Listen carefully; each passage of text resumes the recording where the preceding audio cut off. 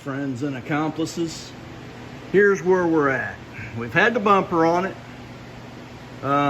Everything from, well, like this curve here down is almost pretty much new metal with a couple small areas. Now then, it's time to move on to the trunk. And here's part of what's going on here. You can see I cut part of the wheel tub out. I need just a little more room for flex with these tires on here, but I don't want to go clear into the frame because I have my new suspension on there and I want to keep as much of that as I can. So today's hopeful mission is to try and get this drop down out and maybe start putting it back in, and then I can get this section of the new trunk pan put back in.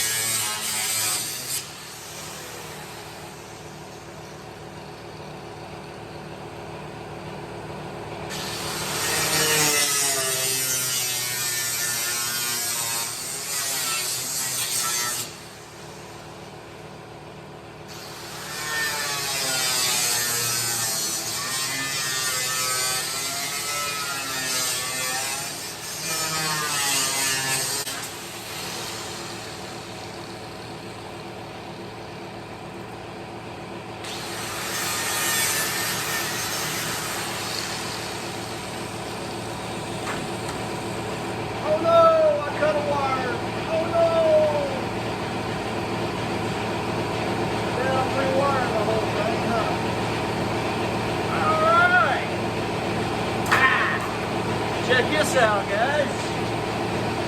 Much to my surprise, they actually did put some new metal in it at one point. How about them apples, huh? All right, continue to further and yonder. There's the original part on the floor. It's in a few pieces, but that's all right. We got her out of there. In the process, you can tell I kind of killed some of that 1980s bodywork. I'll give somebody credit though, man. It was actually pretty darn handy with the Bondo. One of the things that is gonna have to happen is I've got to remake a little bit of this right here just to get this a solid place to set. So that's probably next on my list of things to do. You know, we're kind of, see if I can do this one hand, hang on here a minute. I just ain't quite accomplished that act of doing things one-handed yet. That's okay. New part, that's gonna look good. We can see, sorry about the thumb, right in here where we kind of, somebody's put in a piece of metal at one time or another, pop riveted it. Yeah, there's actually that piece of Bondo I was fumbling with. I might just knock that out for the hell of it. But anyway, it's pop riveted in. You know, you got to give the guy credit. This was the 80s. You know, you had to do things how you had to do them. I don't know too many people that had MIG welders and a bunch of tools like that in the 80s. So you made do with what you got. And the car's still around because of this. Some people might look at that different, but you know, that's the way it is. So let me see what I need to do here, and I'll bring you back. Now that there's a chunk of bondonium right there. Yeah, that was a good sized hole he filled in there. With really, can you see it? I don't know. Yeah. So we'll give that guy props. He was truly a Bondo king. Bondo and paint make me the body man I ain't. Rock on.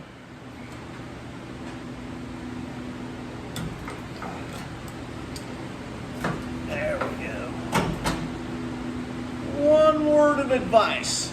Never, ever, ever pre-fit parts while you're building a car. Just assume that you've got it right and welded in. There you go. Yeah. Because, you know, it's me. How could I be wrong? Right?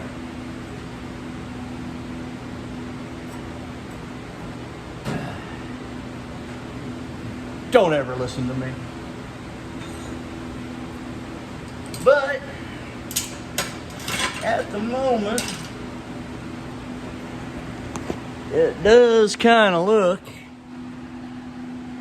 like there's a real good opportunity for all this to go together. I'm pretty excited. You know, here's the outer trunk piece, the new drop down. The new fender is wonky. Yeah, or the old fender is wonky. I don't know how worried about that I am because we've seen how that's put together. But I think at this point, I can pretty much, a little cutting up there yet to do to make that lay down.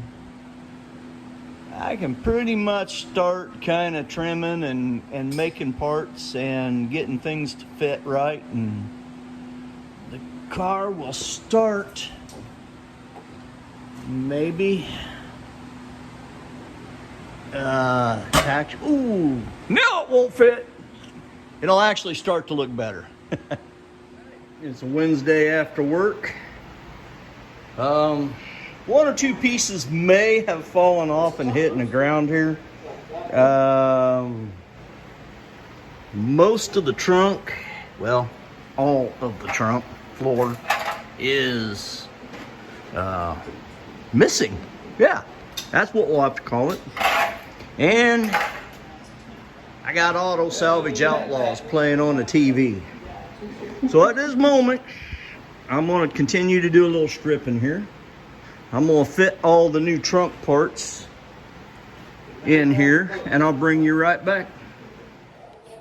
All right, guys. I just got everything finished cut out. I've set the new trunk panels in place here. I'm actually pretty happy. These all fit pretty nice. And to further add to my joy, if you look up in here, if I got you where you can see, I built all this with no trunk pan in this car. And I was really afraid that none of this was going to clear and I was going to have to do a whole bunch of cutting in my new metal. And I'm really, really excited about this. So at this point, what I got to did here is set you back on a hose reel, because, you know, only the finest equipment for me. But clean this all up. I got to put a couple little patches in here and there to get some good metal to weld to. Punch about 1,000,001 spot weld holes in my brand new metal and weld her in. I think at this point though, I'm gonna finish this video out and I'll bring you back probably when this is all welded down. Looks like Auto Salvage there is having a blast with his chicken. That's pretty cool. I can't remember. They were calling it something here. Thunder, or so, I don't know. Sorry. I'm trying to pay attention. But, yeah. That's cool. He got it running. I'm glad to see that. So I'll catch y'all next time around. I'm going to end this video here because I don't remember what else I put on here. And I'll catch you in the next ones.